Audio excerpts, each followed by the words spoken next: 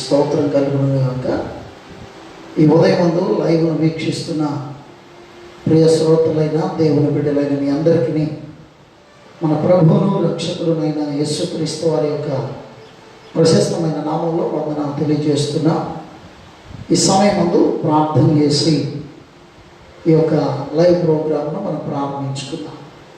పరిశుద్ధుడైన దేవ, పరమందున మా తండ్రి, మీ యొక్క ప్రశస్తమైన ఘనమైన నామమును బట్టి మీకు వందనములు స్తుతులు చెల్లిస్తూ ఉన్నా. మీ కృపను బట్టి, దయను బట్టి ఈ భయంకరమైన అపాయకరమైన దినములలో మీరు మమ్మల్ని ఈ 2020 సంవత్సరంలో ఈ 8వ మాసం 2వ పునరుద్ధాన దినములోనికి మమ్మల్ని నడిపించారు. మీకు వందనాలు ప్రభువా. ఈ ఉదయమందు జరుగుతున్నటువంటి ఈ యొక్క ఆరాధన క్రమమును వీక్షిస్తున్న బిడ్డలందరినీ మీరు దీవించండి. ఇప్పుడు పాడుచున్న పాట, స్తుతి, ఆరాధన ద్వారా మీరే మహిమ పొందమని, జరుగుతున్నటువంటి ఈ యొక్క లైవ్ ప్రోగ్రాం ద్వారా, జరుగుతున్న ఆరాధన క్రమం ద్వారా మీ బిడ్డలతో మీరే మాట్లాడండి. ప్రతి హృదయమును సంధించండి. మీ వాక్యపు వెలుగులో మమ్మల్ని మేము సరి చేసుకునేలాగా కృప చూపండి.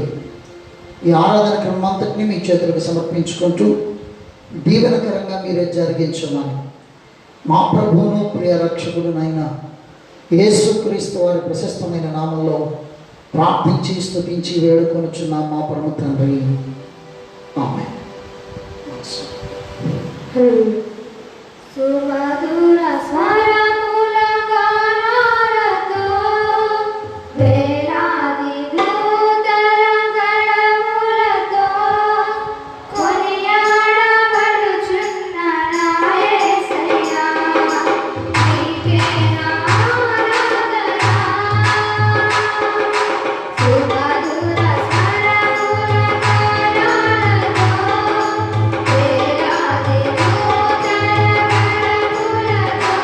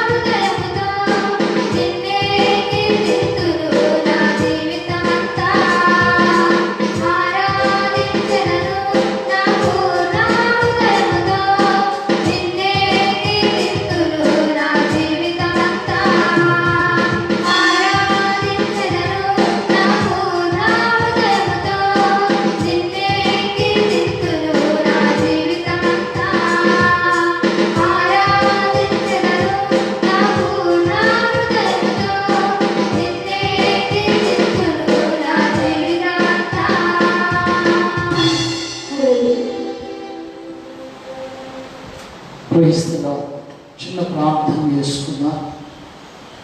పరిశుద్ధులైన దేవ, పరమందున మా తండ్రి, ఈ ప్రశస్తమైన నామమును బట్టి మీకు వందనములు చెల్లిస్తూ ఉన్నాము. ఈ 2020వ సంవత్సరం ఈ ఆగస్టు మాసం 9వ తేదీన ఈ ఆదివారం ఆరాధనలో లైవ్ని ఎందరైతే వీక్షిస్తున్నారో ఆ బిడ్డలందరినీ దీవించండి. ఇంతవరకు పాటల ద్వారా స్తుతి ఆరాధన ద్వారా మీరు మహిమ పొందారని నమ్ముచున్నాం. మీ బిడ్డలకు కావలసిన ఆత్మీయ వాక్కులను మీరు అందించండి, మీరే మహిమ పొందమని యేసు నామములో అడుగుచున్నాము తండ్రి, ఆమేన్.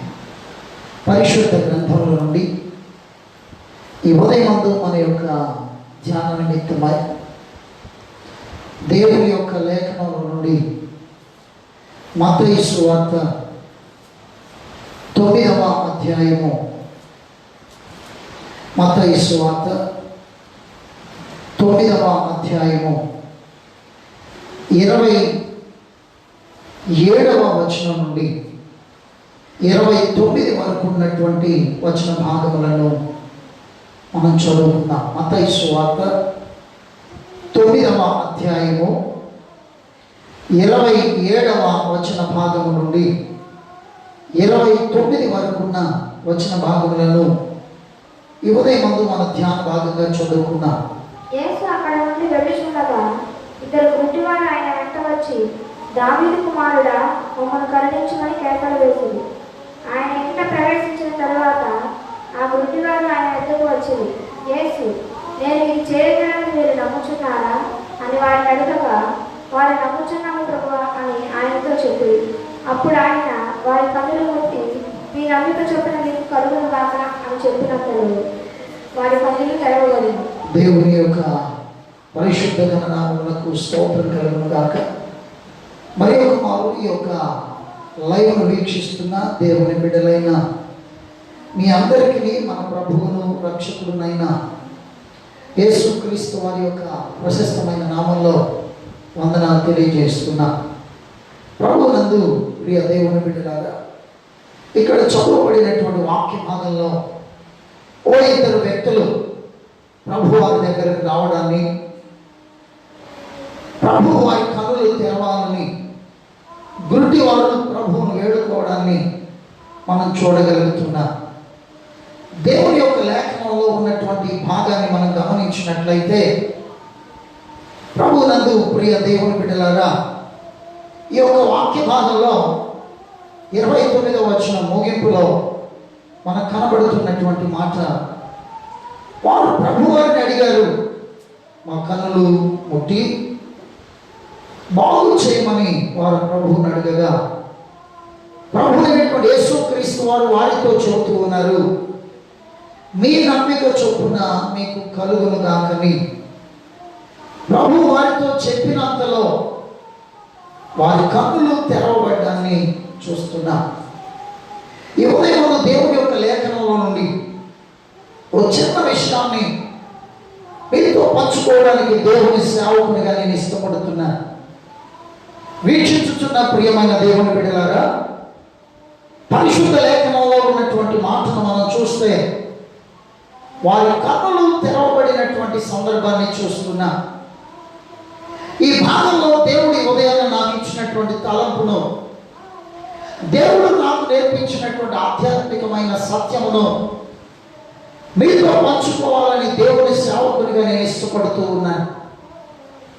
ఏంటనగా, కన్నులు తెరవబడినటువంటి దృశ్యాన్ని లేక ఆ సందర్భాన్ని మనం చూస్తుంటున్నాం. అయితే కన్నులు తెరవబడ్డం అంటే చాలా మంది నా కన్నులు ఇప్పుడే తెరవబడ్డాయి అని చెప్తున్నారు.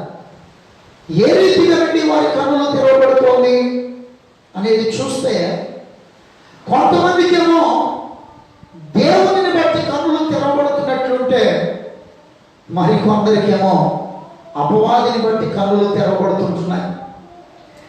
ఈ ఉదయం మనం గమనించినట్లయితే, ప్రభువునందు ప్రియ దేవుని బిడ్డలారా, దేవుని ద్వారా కన్నులు తెరవబడినట్టి సందర్భాలను మూడింటిని ముందుగా మీకు జ్ఞాపకం చేయాలని ఆశపడుతున్నాను. ఆ తదుపరి దేవుని ద్వారా మాత్రమే కాక మరి ఒక రీతిగా కూడా కన్నులు తెరవబడినటువంటి సందర్భం దేవుని లేఖనంలోనే మనకు కనబడుతుంటుంది. దాన్ని కూడా మీ ముందు ఉంచాలని నేను ఆశపడుతున్నాను. చాలా మంది ఇప్పుడు నా కన్నులు తెరవబడ్డాయి, ఇన్నాళ్ళు కన్నులు మూసుకుపోయాయి, ఇప్పుడు నా కన్నులు తెరవబడ్డాయి అని చెప్తున్నారు. ఏ రీతిగా మీ కన్నులు తెరవబడినట్లుగా మీరు గుర్తిస్తున్నారు? దేవుని ద్వారానా లేక అపవాది ద్వారానా? ఆలోచన చేయాలి. దేవుని ద్వారా మీ కళ్ళు తెరవబడి ఉంటే ఖచ్చితంగా మీ జీవితం ధన్యకరమే.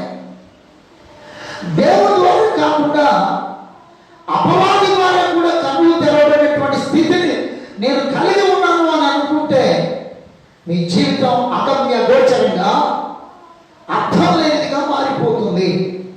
ఉదయాన్న ఆలోచన చేద్దాం. పరిశుద్ధ లేఖనంలో మనం చూస్తూ ఉన్నట్లయితే దేవుని యొక్క లేఖనంలో కన్నులు తెరవబడినటువంటి సందర్భాన్ని ముందుగా ఆదికాండము 21వ అధ్యాయంలోనికి వస్తే అక్కడ మనం చూడగలుగుతాం. ఆదికాండము 21వ అధ్యాయం అక్కడి సందర్భాన్ని మనం జ్ఞాపకం చేసుకునేట్లయితే అబ్రహాము యొక్క ఇంటిలో దాసిగా ఉండిన హాగరు ద్వారా అబ్రహాము ముందుగా తండ్రి అయ్యాడు. ఎలాగా? దాసి అయినటువంటి హాగరు ద్వారా అబ్రహామునకు ఒక కుమారుడు పుట్టాడు. అతగాడి పేరు ఇష్మాయేలు. దేవుడు వాగ్దానం చేసిందేమో ఇస్సాకు వాగ్దాన పుత్రుడు. ఇష్మాయేలు పుట్టిందేమో శారమ్మ గారి బలవంతం వల్ల. గమనించాలి. సరే, ఎట్టకేలకు అబ్రహామునకు భార్య స్థానంలో ఉండినటువంటి హాగరు గర్భవతి కావడం, ఓ కుమారునికి జన్మనివ్వడం, బిడ్డకు జన్మనివ్వడం జరిగిపోయాయి. అయితే మనం గమనించాలి ప్రియమైన దేవుని బిడ్డలారా, హాగరు ఇష్మాయేలును కనిన కొన్ని సంవత్సరాల తర్వాత శారమ్మ కూడా ఒక కుమారుడు పుట్టాడు. ఆ కుమారుడు పుట్టిన తర్వాత శారమ్మ అబ్రహాముతో ఏమని వాదిస్తుందంటే, ఇదిగో ఈ హాగరు, దాసి అయిన హాగరు తన కుమారుడు ఈ ఇంటిలో ఉండడానికి వీలు లేదు, కాబట్టి వారిరువురిని పంపించు అని చెప్పి శారమ్మ అబ్రహాం గారి మీద ఒత్తిడి తెచ్చింది. గమనించండి ప్రియమైన దేవుని బిడ్డలారా, ఎప్పుడైతే ఈ సందర్భం జరిగిందో, ఎప్పుడైతే తాను ఒత్తిడి తెచ్చిందో, అబ్రహాము చేయడానికి మరొక అవకాశం ఏమీ లేక హాగరును తన కుమారుడైనటువంటి ఇష్మాయేలును ఓ నీళ్ళ తిత్తిలో నీళ్లు పోసి మీరు మీ దారిని వెళ్ళండి అని చెప్పి పంపేశారు. గమనించాలి. నీళ్ళ తిత్తిలో నీళ్లు తీసుకొని తన కుమారుడు పిల్లవాడిని వెంట పెట్టుకొని తల్లి అయిన హాగరు బయలుదేరి వెళ్తోందండి. వెళ్తున్న తమకు గమ్యం తెలియడం లేదు. వెళ్తున్న తమకు ప్రయాణంలో సౌకర్యవంతమైన వనరులు ఏమాత్రం కూడా లేవండి. ప్రభువునందు ప్రియ దేవుని బిడ్డలారా, వారికి ఏమాత్రం కూడా అనుకూలమైన పరిస్థితులు లేవు. పైగా వారు వెళ్తున్నది ఇసుక తెన్నెల్లో ఎడారిలోనేమో. వారి ప్రయాణంలో త్రాగడానికి నీరు కూడా దొరకలేదు. ఆ సమయంలో దేవుని యొక్క లేఖనంలో మనం ఇక్కడ చూస్తున్నాం, పిల్లవాడు దప్పికకు తాళుకోలేక అమ్మ త్రాగడానికి నీరు కావాలని అడుగుతుంటే చుట్టుప్రక్కల పాల చూస్తే ఎక్కడ నీరున్నదే కనబడలేదు. ప్రభువునందు ప్రియ దేవుని బిడ్డలారా, ఇక్కడ లేఖనంలో మనం చూస్తూ ఉన్నట్లయితే నీళ్ళన్నవి కనబడకుండా పిల్లవాడు చనిపోయేలా ఉన్నటువంటి ఆ సందర్భాన తల్లి ఆ పిల్లవాడి చావును చూడలేదని చెప్పి గోడలు విలపిస్తూ పిల్లవాడిని అక్కడ విడిచిపెట్టి ఇంటి అంత దూరం వెళ్ళి తాను ఒంటరిగా మొరపెడతా ఉంది, ఏడుస్తుంది, ఎలుగెత్తి ఏడుస్తుంది. ఆ టైంలో దేవుడు హాగరుతో మాట్లాడతారు. దేవుని యొక్క లేఖనంలో మనం చూస్తూ ఉన్నట్లయితే ప్రభువునందు ప్రియ దేవుని బిడ్డలారా, ఆదికాండం 21వ అధ్యాయం 19వ వచనంలో ఉన్న మాటను మనం చూస్తే, దేవుడు ఆమె కన్నులు తెరిచినందున ఆమె నీళ్ల ఊట చూచి ఆ తిత్తిని నీళ్లతో నింపి చిన్నవానికి త్రాగనిచ్చాను. దేవుడు ఆ చిన్నవానికి తోడై ఉండేను అన్న మాటను చూస్తున్నా. గమనించాలి. అంతకు మునుపు ఆమెకు కన్నులు కనపడలేదా? అంతకు మునుపు ఆమె అంధురాలుగా అంటే గుడ్డిదిగా ఉందా అంటే కాదు. అంతకు మునుపు చూపు కనబడుతోంది, అంతకు మునుపు చూసింది, కానీ అంతకు మునుపు ఆమెకు నీరు కనబడలేదు. ప్రభు ఎప్పుడైతే ఆమె కన్నులను తెరిచారో, దేవుడు ఎప్పుడైతే ఆమె కన్నులను తెరిచారో, ఆమె ముందు నీటి ఓట కనబడుతోంది. ఈ ఉదయాన దేవుని సావుకునిగా జ్ఞాపకం చేస్తున్నాను. నీవుగా కన్నులు తెరుచుకున్నట్టుగా మాట్లాడుతున్నావా? ఒకవేళ అపవాది ద్వారా కన్నులు తెరవబడిన స్థితిలో ఉన్నానని భ్రమలోనే బ్రతికేస్తున్నావా? దేవుని ద్వారా నీ కన్నులు తెరవబడిన స్థితిని నీవు కలిగి ఉంటున్నావా అన్నదే ఈ ఉదయం వాక్యమాలను బట్టి దేవుని సేవకునిగా ప్రశ్న వేస్తున్నాను. వర్తమానం వింటున్నా ప్రియమైన దేవుని బిడ్డలారా, దేవుని చేత మీ కన్నులు తెరవబడిన స్థితిని మీరు కలిగి ఉన్నారా?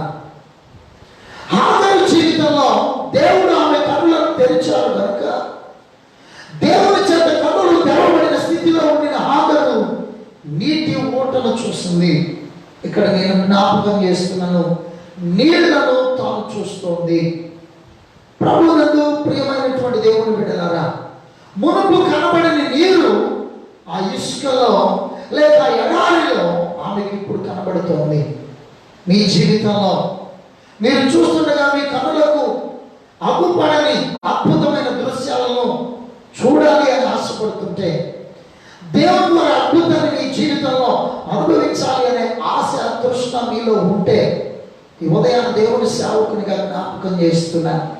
దేవుణ్ణి అడగండి, ప్రభువా నా కన్నులను తెరవమని ప్రభువును వేడుకోవడం నేర్చుకోవాలని ఈ ఉదయాన్ని జ్ఞాపకం చేస్తున్నాను. ముందుగా ప్రభు హాగరు కన్నులు తెరిచారండి. హాగరు కన్నులు తెరిచినప్పుడు ఆమె కన్నులకు నీటి ఓట కనబడడాన్ని మనం చూడగలుగుతున్నాం. ఇక రెండవదిగా దేవుని యొక్క లేఖనంలో మనం చూస్తున్నట్లయితే అదే ఆదికాండము 22వ అధ్యాయం, ఆదికాండము 22వ అధ్యాయంలోనికి మనం వచ్చినట్లయితే అక్కడ దేవుడు అబ్రాహాము చాలా ఇష్టంగా ప్రియముగా ఎంచుచున్న తన కుమారుడైన ఇస్సాకును గురించి 22వ అధ్యాయం ప్రారంభంలో మాట్లాడతారు. దేవుడు అబ్రాహామును పిలిచినప్పుడు చిత్తము ప్రభు అని అబ్రాహాము చెప్పగా, 2వ వచనంలో దేవుడు అంటున్నారు, నీకు ఒక్కడై ఉన్న నీ కుమారుని అనగా నీవు ప్రేమించు ఇస్సాకును తీసుకొని మోరియా దేశమునకు వెళ్ళి అక్కడ నేను నీతో చెప్పబో పర్వతములలో ఒకదాని మీద దహన బలిగా అతనిని అర్పించుము అని చెప్పారు. జాగ్రత్తగా వింటున్నారు కదా. అబ్రాహాముకు బిడ్డలు లేని కొరతలో 100 ఏళ్ల ప్రాయంలో కుమారుడు పుట్టాడండి.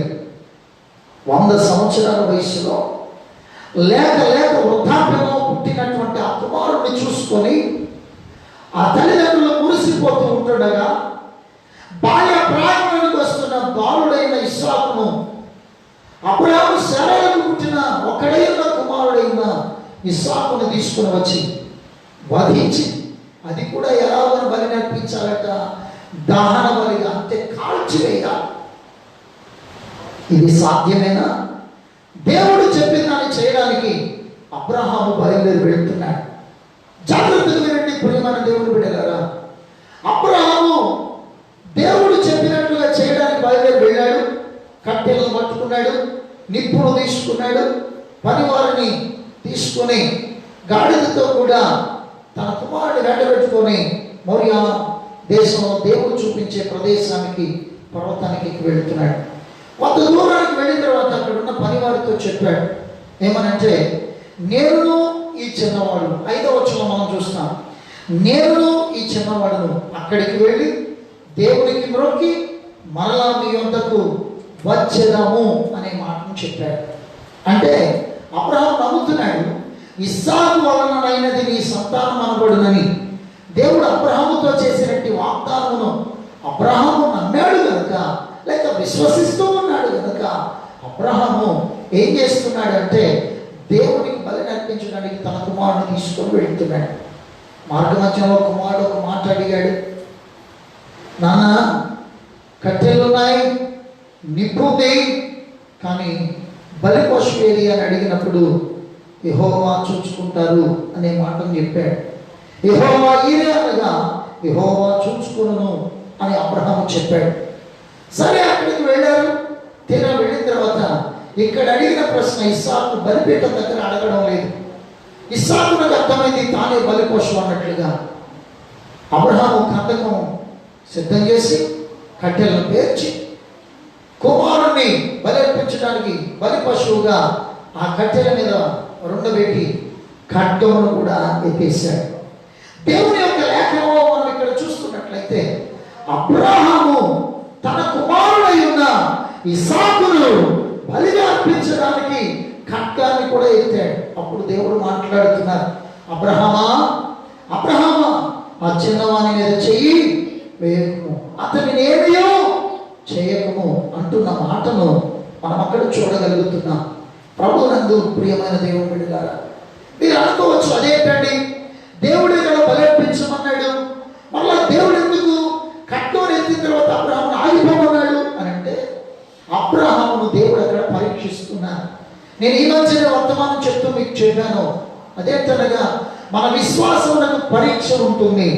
విశ్వాసపు పరీక్ష అబ్రహామునకు అక్కడ జరుగుతుంది. ఆ పరీక్షలో అబ్రహాము నెగ్గాడు.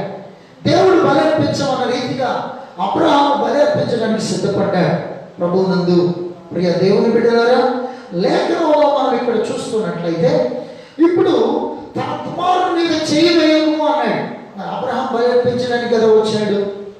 బలర్పించడానికి వచ్చిన అబ్రహాము బలిని, అది కూడా దహన బలిని అర్పించే వెళ్ళాలి కదా, మరి అర్పించకుండా తిరిగి వెళ్ళిపోవాలా? అలా చేయడానికి వీల్లేదు. దహన బలిని అర్పించడానికి పర్వతమునికి ఎక్కి వచ్చినటువంటి తాను అక్కడ 5వ వచనంలో తాను చెప్పినట్లుగా దేవునిలోకి తిరిగి తాను తన కుమారుడును తిరిగి వెళ్ళాలి. ఇప్పుడు ఏం జరుగుతుంది అంటే మనం అక్కడ చూస్తున్నట్లయితే ప్రియమైన దేవుని బిడ్డలారా, 13వ వచన భాగం ఆదికాండము 22వ అధ్యాయం 13వ వచన భాగాన్ని మనం చూస్తున్నట్లయితే అక్కడ వాక్యవాదంలో మనం గమనించాలి. అబ్రహాము కన్నులెత్తి చూడగా పొదలో కొమ్ములు తగులుకొని ఉన్న ఒక పొట్టేలు వెనక తట్టున కనబడిను. అబ్రహాము వెళ్ళి ఆ పొట్టేలను పట్టుకొని తన కుమారునికి మారుగా పెట్టి దహన బలిగా అర్పించాను. జాగ్రత్తగా గమనించండి, దేవుని యొక్క లేఖనం తెలియపరుస్తూ ఉన్నటువంటి సత్యం, పరిశుద్ధ లేఖనం తెలియపరుస్తూ ఉన్నటువంటి సత్యం ఏమిటంటే అబ్రహాము మునుపు పర్వతం మీదకి ఎక్కి వెళ్ళినప్పుడు అక్కడ పొట్టేలు లేదు. ఇప్పుడు అబ్రహామునకు కొమ్ములు తగులుకొని ఉన్న పొట్టేలు ఆ పొదలో అక్కడ కనబడుతోంది. అంటే జాగ్రత్తగా గమనించాలి, మునుపు లేనిది ఇప్పుడు కనబడుతుంది. మునుపు దృశ్యమేమో భౌతిక నేత్రములు అయితే ఇప్పుడు దేవుడు కన్నులు తెరిచారు.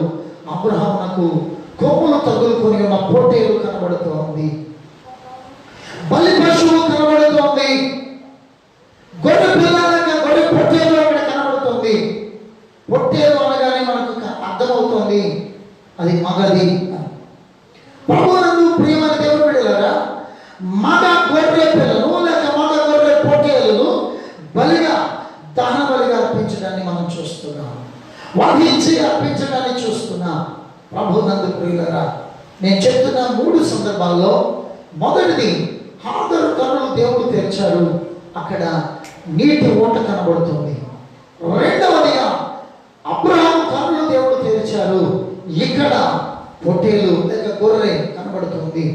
3వ సందర్భానికి మనం వద్దాం. రాజుల 2వ గ్రంథం, దయచేసి చూడండి, అందరూ కూడా బైబిల్ గ్రంథాలు తెరిచి చూడండి.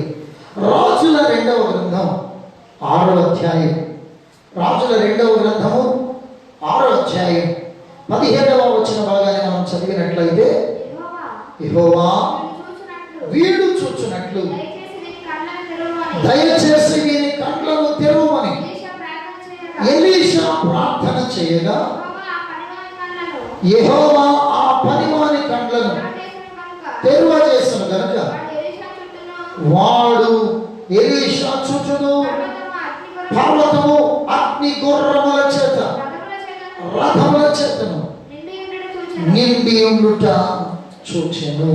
ప్రభువునందు ప్రియులారా,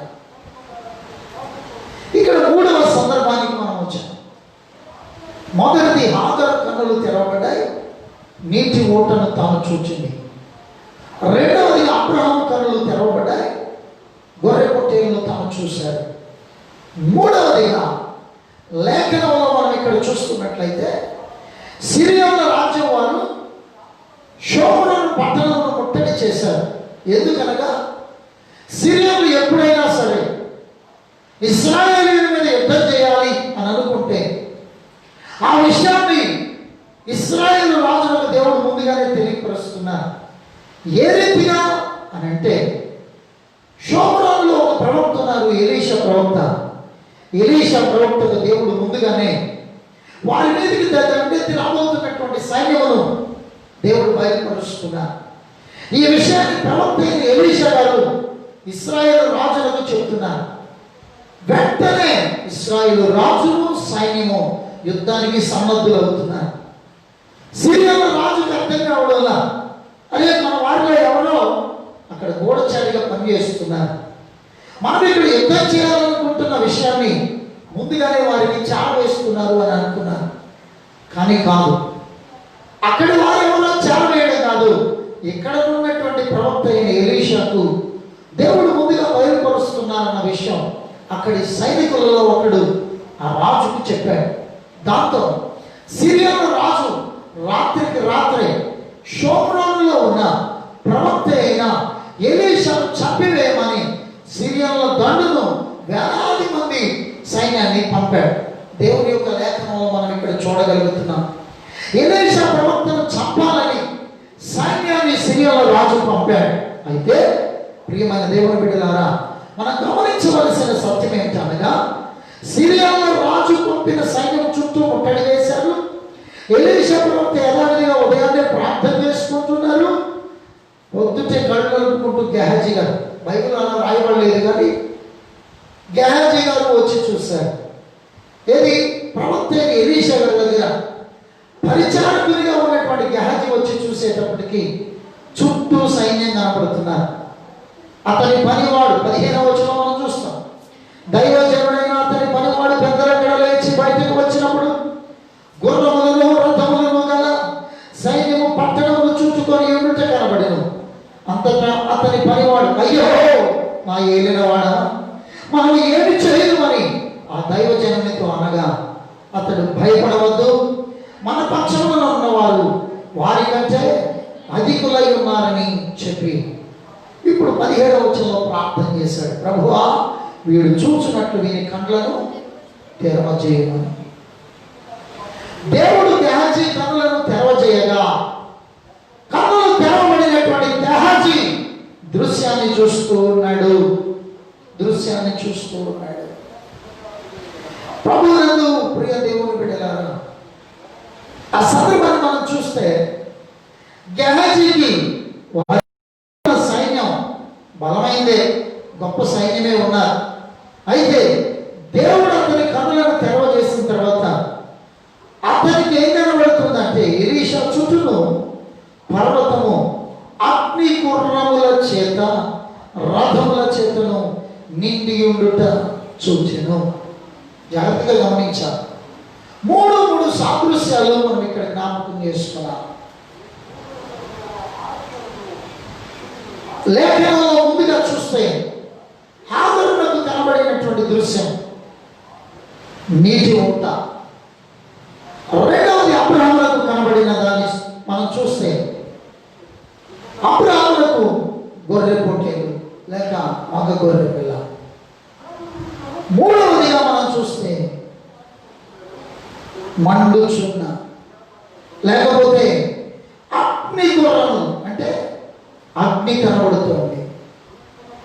దేవుని యొక్క లేఖనంలో మనం చూస్తున్నట్లయితే ప్రవచన గ్రంథంలో దేవుడు అంటారు, నా మాట అగ్ని వంటిది కాదా, బండలు బద్దలు చేయ శృతి వంటిది కాదా.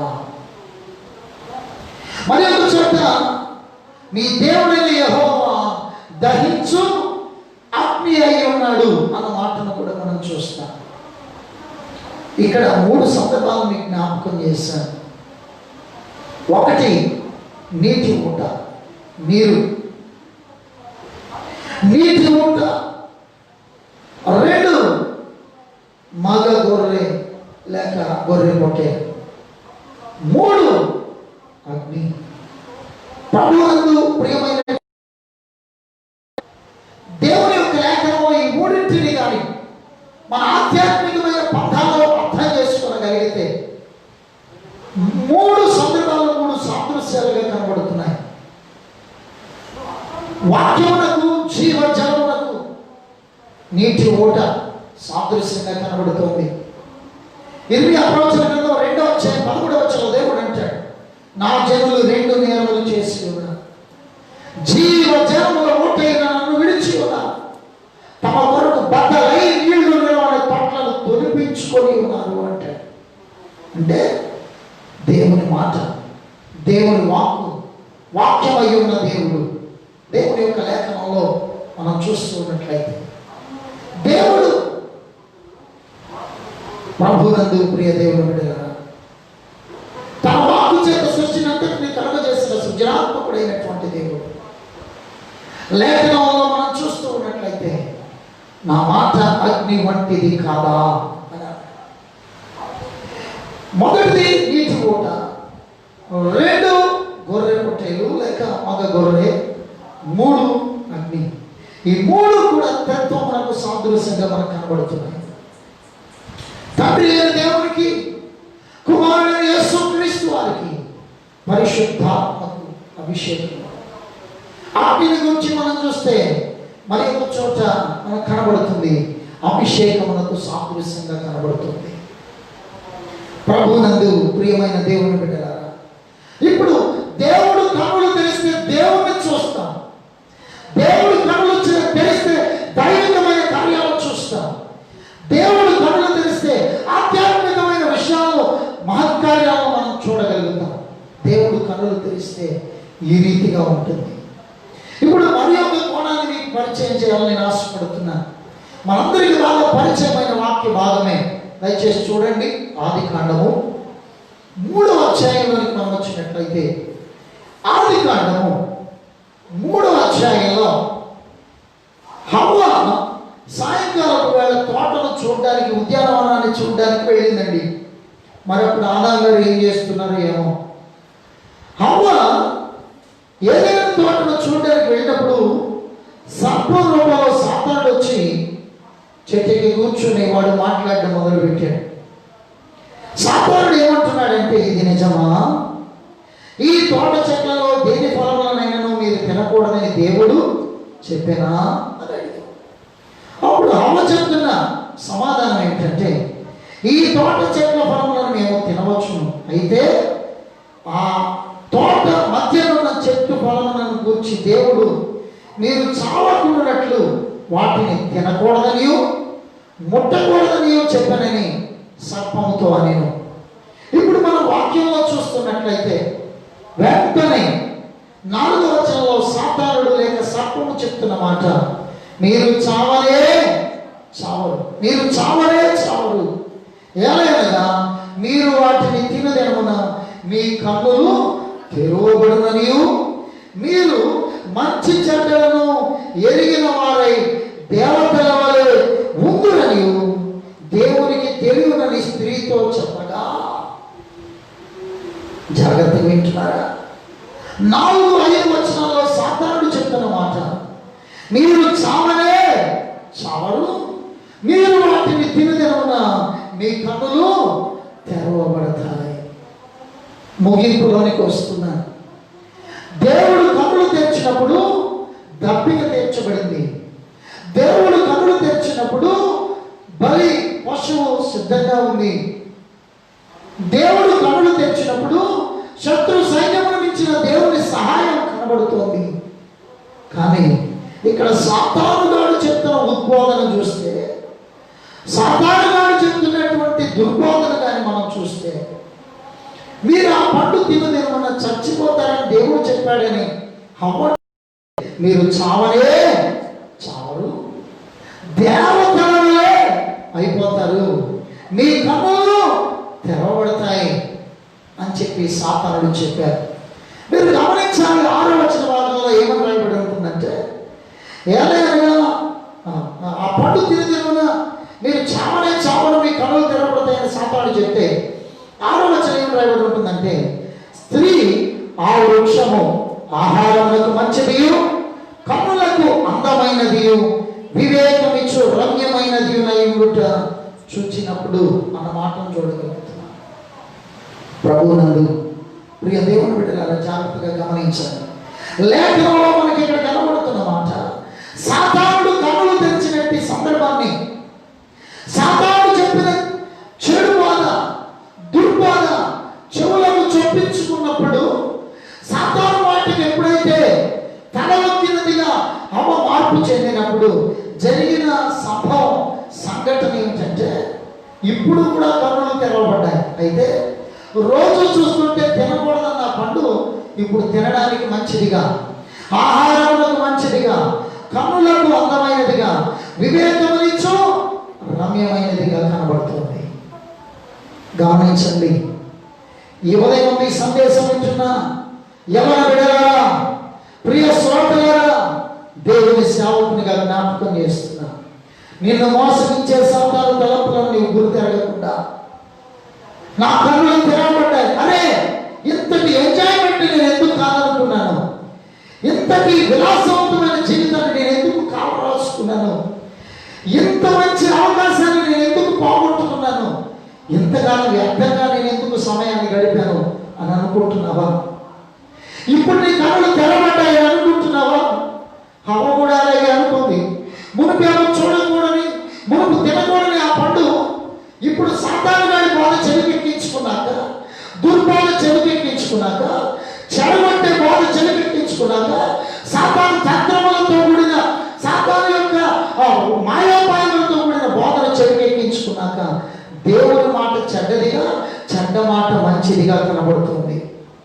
నీవు అనుకుంటున్నావేమో సమాజం నీకు బోధిస్తున్నటువంటి దుర్బోధన విని, అరే నేను త్రాగకుండా ఎన్నాళ్ళు జీవించానా, నేను ధూమపానం చేయకుండా ఎన్నాళ్ళు జీవించానా, ఎన్నాళ్ళు సుఖవంతమైన జీవితాన్ని గడపకుండా వ్యర్థంగా గడిపానా, ఎన్నాళ్ళు సినిమాలు చూడకుండా విలాసవంతమైన జీవితాన్ని గడపకుండా నా ఇష్టానుసారంగా నేను బ్రతకుండా ఎన్నాళ్ళు హద్దులు మేరలు ఏర్పరచుకొని అరే వ్యర్థంగా గడిపేశాను అని అనుకుంటున్నావా? హవ్వమ్మ కూడా ఆ రోజు అలాగే అనిపించింది. కానీ ఆ పరిస్థితి ఎలా మారిపోయిందో తెలుసునా? దేవుని మహిమను వారు కోల్పోయారు, దిగంబరులను వారు గుర్తించారు. దేవుడు వారి కొరకు సిద్ధపరిచిన ఏదైనా తోటలో నుండి వారు బయటికి గట్టి వేయబడ్డారు. ప్రియ దేవుని బిడ్డ, ఈ ఉదయం సందేశం వింటున్న ప్రియ దేవుని బిడ్డ, గట్టి వేయబడతావా? కృపను పొందుతావా? అద్భుతాన్ని అనుభవిస్తావా? ఈ ఉదయం ముగింపులో జ్ఞాపకం చేస్తున్నాను, దేవుని కార్యాన్ని నీ జీవితంలో చూడాలి అని ఆశపడితే దేవుని చేత కన్నులు తెరవబడే అనుభవం నీకు కావాలి. పరిశుద్ధ లేఖనమును బట్టి ఈ ఉదయాన్ని జ్ఞాపకం చేస్తున్నాను, ప్రభువా నా కన్నులు తెరవమని ప్రభువుని అడుగుతావా? లేక నీ కన్నులు తెరవడానికి, లేకపోతే దుర్బోధన చేత నీ కన్నులు తెరవబడేలాగా పాపపు వంటకాల్లోనికి, ఉచ్చలోనికి, చదవడానికి, దేవునికి ఏయమైనటువంటి తలపులోనికి నిన్ను ఈడ్చుకొని పోయేలాగా అపవాదికి అవకాశాన్ని ఇస్తావా? ఒకవేళ ఇన్నాళ్ళు నీవు కూడా అరే ఆహారం మంచిది, వివేకమునిచ్చు రంగమన్నది, కన్నులకు అందంగా కనబడుతుంది అనుకొని మాయోపాయముల చేత సాతానుగాడి తంత్రాలకు తలొప్పుతూ వచ్చావా? ఈ ఉదయాన్ని జ్ఞాపకం చేస్తున్నాను. దాని పర్యవసానం ఏమైంది? దేవుని మహిమను వారు కోల్పోయారు, దిగంబరత్వాన్ని వారు చూశారు, ఏదేదో తోటలో నుండి గట్టి వేయబడ్డారు, ముఖపు చెమట కాచి ఆహారం తినే దయనీయమైన స్థితిలోనికి గట్టి వేయబడ్డారు. ఆలోచన చేస్తున్నావా? ఈ ఉదయం వర్తమానం వింటున్న నీవు దేవుని చేత కన్నులు తెరవబడే స్థితిని కలిగి ఉండడానికి ఇష్టపడుతున్నావా? భౌతికమైన నేత్రాలతో లోకాన్ని చూసి పాపాన్ని చూడుకొని విలాసవంతమైన దేవుని చేత గట్టి వేయబడతావా? ఒకసారి పరిశీలన చేసుకోండి. మూసుకోండి. ఈ ఉదయం ఇంతవరకు దేవుని యొక్క వాక్యాన్ని విన్న ప్రియ దేవుని బిడ్డలారా, పరిశుద్ధ లేఖనముల నుండి ఇంతవరకు దేవుని యొక్క వాక్యాన్ని విన్న మనం పరిశీలన చేసుకున్నామా? ఏ రీతిగా నీ కన్నులు తెరవబడి ఉన్నాయి? ఏ అనుభవాన్ని కలిగి నీవు జీవిస్తూ వస్తున్నావు? ఈ ఉదయాన్న ప్రభువాన్ని అడుగుతావా? వ్యర్థమైన జీవితాన్ని నేను ఇన్నాడు గడిపాను, మీకు హేయుగా నేను జీవిస్తూ వచ్చాను. లోకమే, పాపమే, దేవునికి హేయమైన కృత్యములే, ఇష్టమైనవి, కన్నులకు అందమైనవి, వివేకమునిచ్చు రమ్యమైనవి అని అనుకుంటూ వచ్చేవాడు. సాతాను చెప్పిన బోధకు తలొగ్గి దేవునికి హేయునిగా నీవు మారిపోతూ ఉన్నావా? ప్రియ తమ్ముడు, ప్రియ చెల్లి, ప్రియ శ్రోత, ఈ ఉదయం దేవుని వాక్యాన్ని వినండి. సృష్టికర్త అయిన దేవుని అడుగుతావా? ప్రభువా, నా కన్నులను తెరవబడ్డాయా? ఈనాడు పోరాడమిన మోసుకుపోయిన నా కన్నులు తెరవబడ్డాయా? ప్రభువుని అడుగుతావా? అపోస్తలుల కార్యగ్రంథంలో 9వ అధ్యాయంలో సౌలు అనే పేరు కలిగిన యవనస్తుడు, తార్సు వాడైన సౌలు దమస్కులో దేవునిని ఆరాధిస్తున్నాడు. క్రైస్తవులందరినీ మట్టుపెట్టాలని, చంపేయాలని వేగంగా వచ్చాడు. దమస్కు గేటు దగ్గరకు వచ్చేసరికి దబేలు కింద పడ్డాడు. అంతకుముందు కనబడింది కూడా ఇప్పుడు కనపడడం లేదు. చంపాలనుకున్న క్రైస్తవులు కనబడడం లేదు సరిగదా, ఇంతకు ముందు కనబడినవి కూడా ఇప్పుడు కనబడడం లేదు. తడుకుంటున్నాడు. ఈ ఉదయం వాక్యం వింటున్న ప్రియ దేవుని బిడ్డ, దేవునికి భిన్నంగా ప్రవర్తించి, దేవుని చిత్తాన్ని ధిక్కరించి, దేవునికి అవధేయుడుగా నీవు బ్రతికి, దేవుని ప్రజలను, దేవుని పనిని, దైవ చిత్తాన్ని విస్మరించి ఇష్టానుసారంగా బ్రతుకుచు దేవుని పనిని ఆటంకపరుస్తూ వచ్చారేమో ఈనాడు. మూయబడిన నేత్రములు తెరవబడడానికి దేవుడి ఉదయాన్ని నీతో మాట్లాడుతున్నాను. నీ కన్నులకున్న పొరలను రాల్చి దేవుడిని కన్నులు తెరవడానికి ఇష్టపడుతున్నాడు. సౌలుగా ఉన్న తాను క్రైస్తవులను హింసించి చంపివేయాలనుకున్నాడు. కానీ ప్రభువు తనను దర్శించాడు. ఆ రోజు ప్రభువు తనతో మాట్లాడాడు. సౌలా, సౌలా, నీవేళ నన్ను హింసించుచున్నావు. ప్రభు అడుగుతున్న ప్రశ్నలో సౌలు అంటున్నాడు, ప్రభువా నీవెవడివి? అప్పుడు ప్రభు యొక్క మెల్లని స్వరంతో, నీవు హింసించుచున్న యేసును, నీవు హింసించుచున్న యేసును. ప్రభువును చూశాడు. భౌతిక నేత్రాలు మూయబడ్డాయి, ఆత్మీయ నేత్రాలు తెరవబడ్డాయి. ఆ పిదప దేవుడు చెప్పారు, అననీయ అనే దైవజనుడి దగ్గరికి వెళ్ళి ప్రార్థన చేయించుకో, నీవు దృష్టి పొందుతావు అంటే దైవజనుడి దగ్గరకు వెళ్ళాడు. దేవుని సేవకుని దగ్గరకు వచ్చాడు. ఎవరినైతే అప్పటి వరకు హింసించాడో, ఎవరినైతే అప్పటి వరకు దూషించాడో, ఎవరినైతే అప్పటి వరకు బాధ పెట్టాడో వారి దగ్గరకు వచ్చాడు. దేవుని మాట విని దైవజనుడు ప్రార్థన చేయగా చూపు పొందుకున్నాడు.